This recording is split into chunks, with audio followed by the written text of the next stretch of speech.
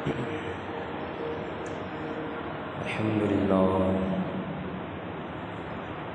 لله نحمده ونستعينه ونستغفره ونؤمن به ونتوكل عليه ونعوذ بالله من شرور أنفسنا ومن سيئات أعمالنا من يهد الله فلا مضل له ومن يضلل فلا هادي له ونشهد أن لا إله إلا الله وحده لا شريك له ونشهد أن سيدنا وحبيبنا ومولانا محمدا عبده ورسوله أما بعد فأعوذ بالله من الشيطان الرجيم بسم الله الرحمن الرحيم يا أيها الذين آمنوا اتقوا الله وابتغوا إليه الوسيلة وجاهدوا في سبيله لعلكم تفلحون صدق الله العظيم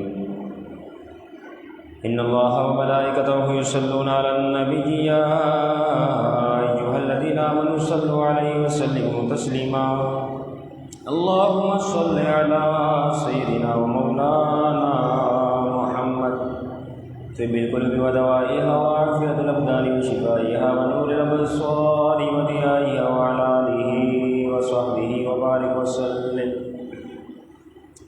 مولاي صل وسلم دائما أبدا على حبيبك خير الخلق كلهم فإن من جودك الدنيا وضرتها ومن علومك علم اللوح والقلم فإن فضل رسول الله ليس له حد فيعرب عنه ناطق بفمه مولاي صل وسلم دائما أبدا على حبيبك خير الخلق كلهم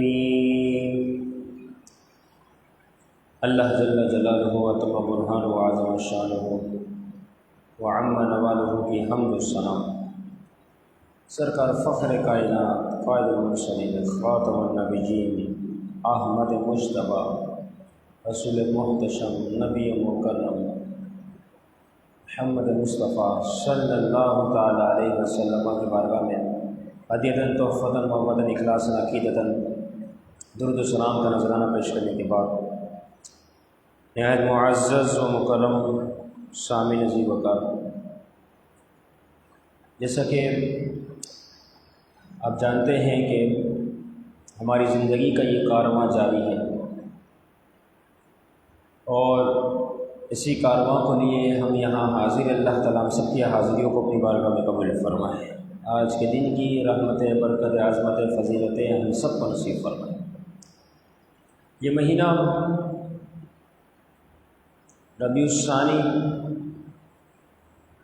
خصوصیت کے ساتھ اولیاء کاملین کی یاد دلاتا ہے، ان میں سر فہرست تاج الاولیاء، امام الاولیاء، سید الاولیاء، ہم سب کے پیر پیران پیروشن زمین شیخ عبدالقادر جیلانی رضی اللہ تعالی عنہ کا خصوصیت کے ساتھ یہ مہینہ احصال ثواب کرنے، ان کی سیرت کاملہ کو سننے اور عمل کرنے کی طرف متوجہ کرتا ہے، کیونکہ اولیاء کاملین کا ذکر اتنی بڑی رحمت کا ذریعہ ہے، جیسا کہ ایک مقولہ ہے عند ذکر الصالحین تنزل الرحمہ، کہ تم صالحین کا ذکر کرو اللہ تعالیٰ تم پر اپنے رحمتوں و برکتوں کا نزول فرمائے گا۔ تو صالحین کا تذکرہ وقتاً فوقتاً ہوتے رہنا چاہیے، یہ رحمتوں کا ذریعہ بھی ہے، رب کی رضامندی کا ذریعہ بھی ہے۔ جب ہم صالحین کا ذکر کرتے ہیں فوراً ہماری توجہ ایک چیز کی طرف پہنچتی ہے، وہ ہے وسیلہ۔ مثال کے طور پر ہم جب ذکر خیر کرتے ہیں اس کے بعد اس بزرگ کو ایصال ثواب کرتے ہیں، یہاں سے ایصال ثواب ہوتا ہے، پھر ان کے توسل سے ہم دعائیں کرتے ہیں۔ ابھی جب دعائیں مانگی جا رہی ہے یہ ان مقدس نفوس قدسیہ کا وسیلہ رب کی بارگاہ میں پیش کر کے دعائیں مانگی جا رہی ہیں۔ تو یہ واضح طور پر جانب اشارہ ہوا کرتا ہے کہ جن نفوس قدسیہ کا وسیلہ رب کی بارگاہ میں پیش کیا گیا ہے، اللہ رب العزت ان کے وسیلے کی لاز رکھتے ہوئے ہماری دعا کو قبول فرمائے۔ تو بزرگان دین کی سیرت، تعلیمات، یہ ساری چیزیں، ان میں اہم ترین دعا کے حوالے سے یہ چیز پائی جاتی ہے۔ انبیاء و رسول اور اولیاء کاملین، مشائخ اعظام، اکابرین، سلف صالح، بزرگان دین، ان تمام ہستیوں نے وسیلے کو اختیار کیا ہے، تمام نے۔ اور اگر یوں کہا جائے کہ ہم جب درود پاک پڑھتے ہیں تو یہ درود پاک بھی در حقیقت محبوب علیہ الصلوۃ والسلام کی بارگاہ میں پہنچتا ہے، اور پہنچنے کی صورت میں یہ درود پاک بھی رحمت کو حاصل کرنے کا وسیلہ ہے۔ درود پاک بھی رحمت کو حاصل کرنے کا وسیلہ ہے کہ اس کے صدقے طفیل اللہ رب العزت رحمت و برکت و نزول فرماتا ہے۔ جیسا کہ ابو فضل رحمہ اللہ کے حوالے سے آتا ہے، آپ کے پاس ایک عاشق رسول، کیونکہ آپ خود بھی بہت بڑے عاشق رسول، تو آپ کے پاس ایک عاشق رسول تشریف لائے، وہ خراسان سے آئے کہ مجھے ابو فضل رحمہ اللہ سے ملاقات کرنی ہے۔ لوگوں نے آپ کا پتہ بتایا، آپ تک پہنچے، ملاقات ہوئی۔ اس کے بعد وہ شخص عرض کرنے لگا کہ موقع ہوا، رب نے کرم کیا تو میں مسجد نبی تشریف لایا، مسجد نبی صلی اللہ تعالیٰ علیہ وسلم میں موجود تھا۔ وہاں پر اچانک سے میری آنکھ لگ گئی، آنکھ لگنی تھی، قسمت جاگ اٹھی کہ محبوب علیہ الصلوۃ والسلام جنت کی سیر فرمانے والے، آسمان کی سیر فرمانے والے، اللہ رب العزت کو جسم اور روح کے ساتھ سر کی جیتی جاگتی آنکھوں سے دیکھنے والے محبوب خواب میں تشریف لے آئے۔ اس کے بعد محبوب علیہ الصلوۃ والسلام نے فرمایا کہ تو ہمدان شہر میں جانا، اور وہاں پر ابو الفضل ہوگا، اس کو میرا سلام پیش کرنا۔ اب یہ شخص اتنا خوش ہوا کہ ساتھ میں سوال بھی کر لیا، یا رسول اللہ صلی اللہ علیہ وسلم، یہ ہمدان کا جو شخص ہے جسے آپ سلام بھیج رہے ہیں، اس کا ایسا کون سا کارنامہ ہے، اس نے ایسا کون سا عمل کیا ہے؟ تو محبوب علیہ الصلوۃ والسلام نے فرمایا، یہ ہر روز پابندی کے ساتھ مجھ پر 100 مرتبہ درود پاک پڑھتا ہے۔ آپ اندازہ لگائیے، اگر ہم پڑھنا چاہے صلی اللہ علیہ محمد، کتنی سیکنڈ لگی؟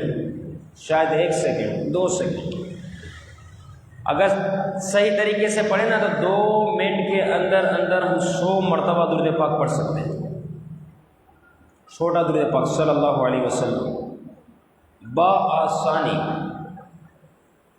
اب یہ درود پاک جب دن کے اندر 24 گھنٹوں میں سے ہمیں فقط صرف 2 منٹ اگر درود پاک پڑھنے میں ہم کامیاب ہو جائے پابندی کے ساتھ، تو مژدہ ہمارے سامنے ہے، خوشخبری ہمارے سامنے ہے کہ وہ 100 مرتبہ پڑھتے تھے، ان کو یہ خوشخبری سنا دی گئی۔ تو یہ درود پاک بھی در حقیقت اللہ رب العزت کی رحمت کو حاصل کرنے کا ذریعہ بھی ہے، وسیلہ بھی ہے۔ یہ درود پاک کہ محبوب علیہ الصلوۃ والسلام کو راضی کرنے کا ذریعہ بھی ہے، وسیلہ بھی ہے۔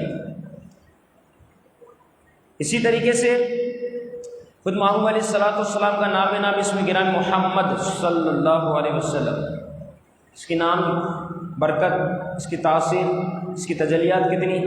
ہجرت سے پہلے محبوب علیہ الصلوۃ والسلام لوگوں کو دین اسلام کی طرف بلاتے، بعض نصیحت فرماتے، اعلان فرماتے، بڑے بڑے قبیلوں کے سرداروں سے ملاقات کرتے، انہیں دین میں داخل ہونے کی دعوت دیتے۔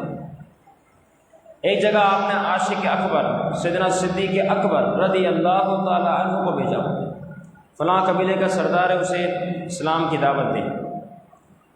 ابوبکر صدیق رضی اللہ تعالیٰ عنہ تشریف فرما ہوئے، سردار سے ملاقات کی، ساری بات بتائی، دین کے بارے میں سمجھایا، اللہ کے حبیب علیہ الصلوۃ والسلام کے بارے میں بتایا۔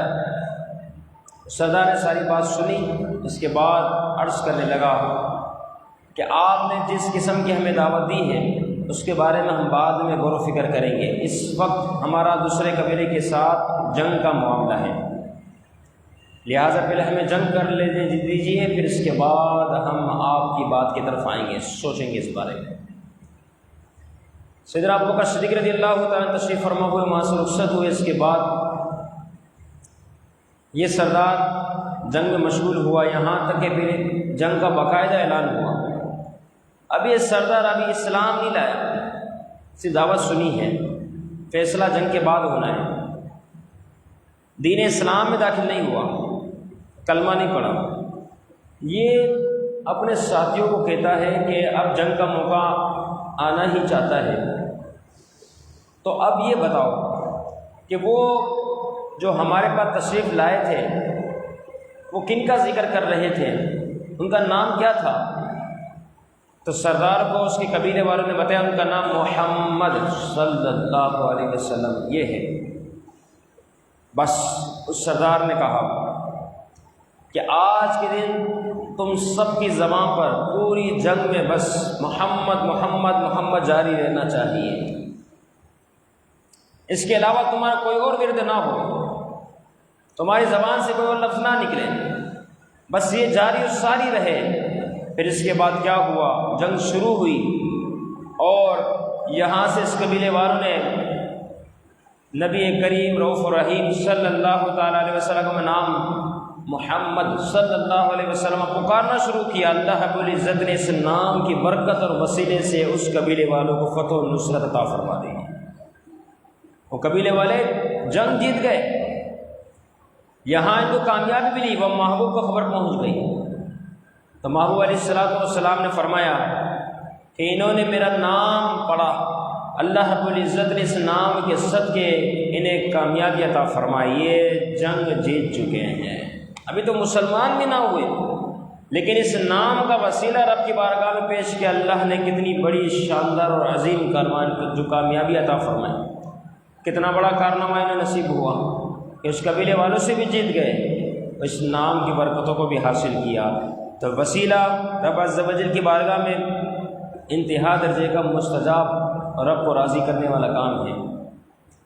اور محمد صلی اللہ علیہ وسلم یہ تو کوئی نام سنتا ہے، جو چونتا ہے تو اللہ تعالیٰ اس کی آنکھوں کی روشنی کو بڑھا دیتا ہے۔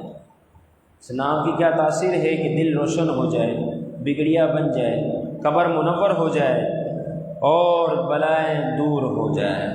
اس نام کا ورد ہونا چاہیے، ہم وقت چلتے اٹھتے وقت، آتے وقت، جاتے وقت درود پاک کی کثرت ہونی چاہیے، محبوب کا وسیلہ رب کی بارگاہ میں پیش کرنا چاہیے، کیونکہ قرآن مجید میں اللہ رب العزت ارشاد فرماتا ہے یا ایھا الذین آمنوا، اے ایمان والو، اتقوا اللہ، اللہ سے ڈرو، تقوی اختیار کرو، پرہیزگاری اختیار کرو۔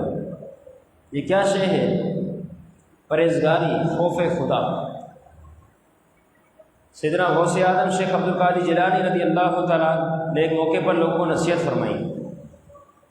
کیا نصیحت تھی وہ کہ شیخ محقق شاہ عبد الحق مودودی سے دہلوی رحمہ اللہ نے اس نصیحت کے بارے میں لکھا ہے۔ آپ فرماتے ہیں کہ در حقیقت حضور غوث پاک نے 3 جز کے اندر پورے دین کا خلاصہ بیان فرما دیا۔ 3 جز کے اندر سے پورے دین کا خلاصہ بیان کر دیا گیا۔ وہ نصیحت کیا تھی جو انسان کو تقویٰ کے قریب لے جائے؟ وہ نصیحت کیا تھی جو رب کی رضا کا ذریعہ بن جائے؟ وہ نصیحت کیا تھی جس سے بندہ صحیح سن پر گامزن ہو کر جنت کا مسافر بن جائے، جنت میں جانے کا ٹھکانہ اور جنت میں جانے کا سامان وہ تیار کر لے؟ وہ کیا تھی؟ سیدنا غوث اعظم رضی اللہ تعالیٰ عنہ نے سب سے پہلی بات ارشاد فرمایا جس چیز کا رب نے تجھے حکم دیا ہے بس تو سوچ لے تجھے وہ کام کرنا ہی ہے، ہر حال میں کرنا ہے۔ تو میں پہلی نصیحت، اب دیکھیں جو بندہ یہ سوچ لے تو وہ کام کرے گا جس کا رب نے حکم دیا. تو اس طرح اس کو اللہ رب العزت کی طرف سے تقویٰ پرہیزگاری نصیب ہوگی، خوف خدا میں اضافہ ہوگا. دوسری بات فرمایا جس چیز کا رب عز و جل نے منع فرمایا کہ ان کاموں کو تمہیں نہیں کرنا، فرمایا بندہ بس پکا عہد کر لے کہ ان کاموں کو کرنا تو کجا، بلکہ اس کے کبھی قریب بھی میں نہیں جاؤں گا، قریب بھی نہیں جاؤں گا. تو پھر کیا ہوگا؟ اللہ رب العزت اسے اپنا خوف عطا فرمائے گا، کیونکہ ڈر رہا ہے نہیں بندہ. تقویٰ پرہیزگاری، دو باتیں. نمبر 3 اور آخری بات فرمایا تقدیر پر راضی ہو جا. اور یہ اتنا وزن والا جملہ ہے کہ جب یہ بات سمجھ آ جائے تو معاشرے میں لڑائی جھگڑا فساد، اس کو اتنا ملا مجھے اتنا کیوں ملا، اس کے پاس یہ ہے میرے پاس یہ کیوں نہیں، اس کے ساتھ ساتھ یہ سلسلے ہے میرے پاس ایسا کچھ نہیں، سارے معاملات حل ہو جائیں. فرمایا تقدیر پر راضی ہونا. دیکھو شیخ عبد القادر جیلانی رضی اللہ تعالیٰ عنہ سے فرمائی کہ تو تقدیر پر راضی ہو جاؤ. بس پہلا کام وہ کر رہا ہے جو رب نے حکم دیا، دوسرا ان کاموں سے روکنا ہے جس سے رب نے منع فرمایا، تیسرا رب کی تقدیر پر راضی ہو جاؤ. چاہے تجھے رقم کی صورت میں 1000 ملے یا 1,00,000 ملے، بس تو راضی ہو جا. میرے رب کی طرف سے بیماری آئی بس راضی ہو جائے، اللہ تو نے عطا فرمائی ہے میں راضی ہوں. کسی کا انتقال ہوا صبر کی طرف آ جائے، اللہ تیری ہی طرف سے ہے. کوئی چیز چوری ہو جائے گم ہو جائے، اپنی تقدیر پہ راضی ہو جائے، اے اللہ اس کا بہترین صلہ دنیا و آخرت میں عطا فرما. ہر حال میں رب کی رضا پر راضی ہو جا، تقدیر پر راضی ہو جا. در حقیقت یہ 3 باتیں ایسی ہے جو بندوں کو کامیابی کی طرف لے جاتی ہے، اور بندہ جب ان باتوں پر عمل کرتا ہے تو در حقیقت وہ معاشرے کے بے شمار خرافات برائیوں سے بچ جاتا ہے. تو یہ وہ نصیحتیں ہیں جو خود شیخ عبد القادر جیلانی رضی اللہ تعالیٰ عنہ نے فرمائی ہے. اور آگے فرمایا قرآن مجید میں اللہ رب العزت نے فرمایا سورہ مائدہ آیت نمبر 35 وَابْتَغُوا إِلَيْهِ الْوَسِيلَةَ. فرمایا اللہ رب العزت کی طرف، اس کی طرف وسیلے کو تلاش کرو. یہ رب کی طرف سے حکم ہے، واضح طور پہ میرے رب کا اعلان ہے یا ایھا الذین آمنوا ایمان والو اتقوا اللہ، اللہ سے ڈرو. وابتغوا الیہ الوسیلہ، اس کی طرف وسیلہ تلاش کرو. وجاہدوا فی سبیلہ، اور اس کی راہ میں جہاد کرو. لعلکم تفلحون. اب دیکھو تقویٰ، وسیلہ اور اس کے بعد جہاد، ان 3 باتوں کو ذکر کرنے کے بعد رب عز و جل نے فرمایا لعلکم تفلحون، تاکہ تم کامیاب ہو جاؤ. کیا نتیجہ نکلا؟ بات بالکل واضح ہے. رب جس چیز کے بارے میں فرما رہے ہیں کہ تم یہ کرو تم کامیاب ہو جاؤ گے، اس کا مطلب بندہ اگر یہ کام کر لے تو کامیاب ہی کامیاب ہے، اب ناکامی نہیں ہو سکتی. رب کا وعدہ اپنے قرآن مجید اس کے اندر وعدہ ہے، جو پاک کتاب ہے اس میں وعدہ ہے، جو اللہ کا کلام اس میں وعدہ ہے کہ تم ہم کامیابی کی طرف آنا چاہتے ہو تقویٰ اختیار کرو. اور وہی 3 صورتیں جو غوث اعظم رضی اللہ تعالیٰ نے بیان فرمائے اس کی طرف آ جاؤ اور وسیلہ تلاش کرو. وسیلے سے نہ بھاگو، کیونکہ وسیلہ رب کی رضا کا ذریعہ ہے. انبیاء کرام علیہ السلام نے وسیلہ مانگا ہے. حضرت زکریا علیہ السلام کے بارے میں آتا ہے آپ کی زوجہ کی جو بھانجی حضرت بی بی مریم رحمۃ اللہ تعالی علیہا، جو آپ کی پرورش میں تھی، بیت المقدس کے کسی کمرے میں آپ نے کو ٹھہرایا ہوا تھا. اس وقت آپ کی دودھ پینے کی عمر تھی.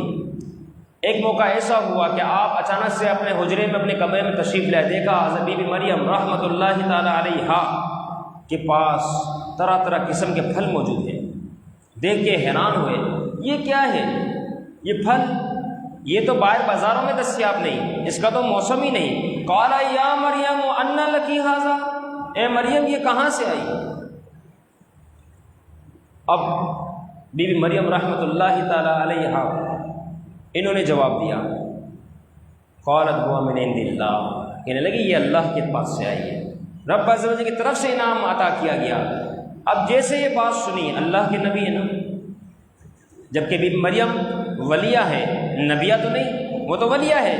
یہاں زکریا علیہ السلام اللہ کے نبی ہے، ہر حال میں شان بلند ہی بلند ہے، لیکن جب سمجھ گئے نا، کیونکہ آپ کے پاس اولاد نہیں تھی، اب آپ نے اس جگہ پر جہاں پر یہ سارے نظارے دیکھے کہ رب کی طرف سے بی بی مریم کو انعام عطا کیا گیا، بغیر موسم کے پھل دیے گئے، آپ نے اسی جگہ پر کھڑے ہنالک دعا زکریا ربہ، تیسرا پارہ سورہ آل عمران قرآن مجید میں موجود کہ ہنالک دعا زکریا ربہ، اسی وقت زکریا علیہ السلام نے اس جگہ پر کھڑے رہ کر دعا مانگی، قال ربی ہب لی من لدنک ذریۃ طیبہ، اے اللہ مجھے بھی نیک صالح اولاد نصیب فرما، اے اللہ مجھے نیک صالح اولاد نصیب فرما۔ اس مبارک جگہ کی برکت، یہ برکت والی جگہ ہے، اسی موقع پر کھڑے رہ کر اللہ کے نبی نے دعا کی، میرے رب کی طرف سے حکم ہوا، کیونکہ یہ جگہ کا وسیلہ تھا، ایک نبی نے اس کو پکارا، اس اعتبار سے اس مقام پر دعا مانگی،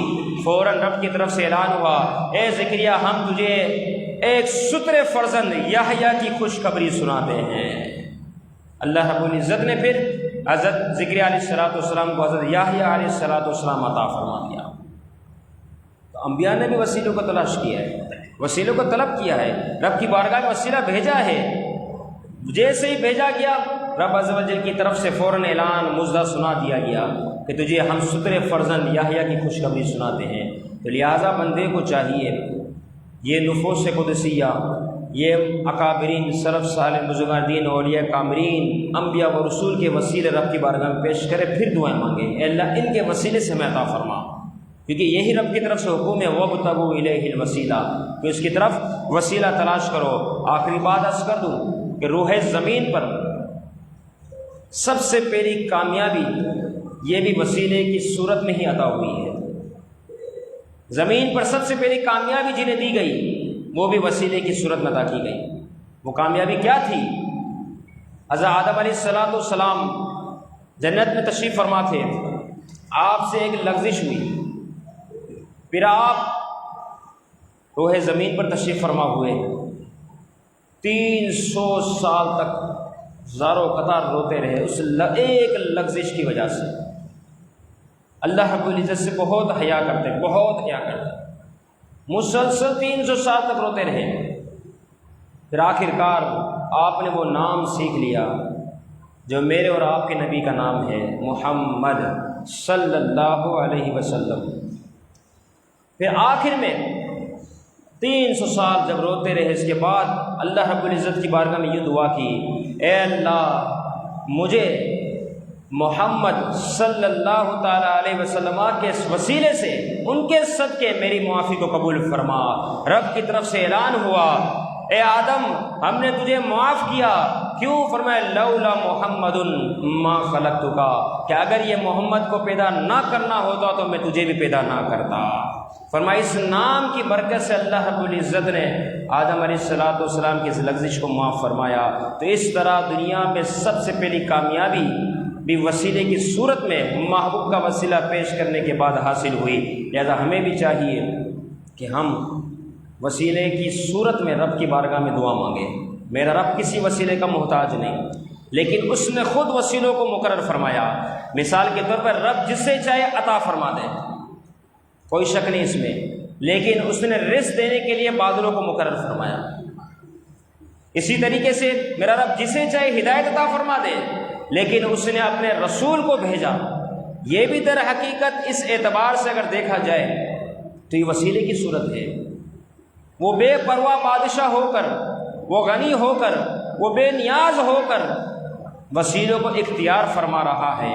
آپ دیکھیں انسان پیدا ہوا، میرا رب چاہتا کن فرماتا بچہ پیدا ہو جاتا، ماں باپ کی کیا ضرورت پیش آ گئی، لیکن اس نے اس پیدائش میں ماں باپ کو ذریعہ بنایا، وسیلہ بنایا، در حقیقت لوگوں کو سمجھانے کے لیے کہ بغیر وسیلے یہاں نہ آنا، اگر آنا ہو کچھ مانگنا ہو تو در حقیقت یہ ہم ہی نے مقرر کیے ہیں، لہٰذا ان کے وسیلوں سے ہمارے در تک پہنچو، ہم ان کے وسیلوں کی لاج رکھتے ہوئے تمہیں تمہاری منہ مانگی رقم عطا فرما دیں گے، منہ مانگی دعائیں عطا فرما دیں گے، جو تم چاہو گے تمہیں وہ ادا کر دیا جائے گا۔ اللہ رب العزت ان تمام باتوں کو صحیح طور پر سمجھ لیں، جو گفتگو ہوئی اسے یاد رکھنے، اس پر عمل کرنے اور دوسروں تک پہنچانے کی توفیق عطا فرمائے۔ وما علینا الا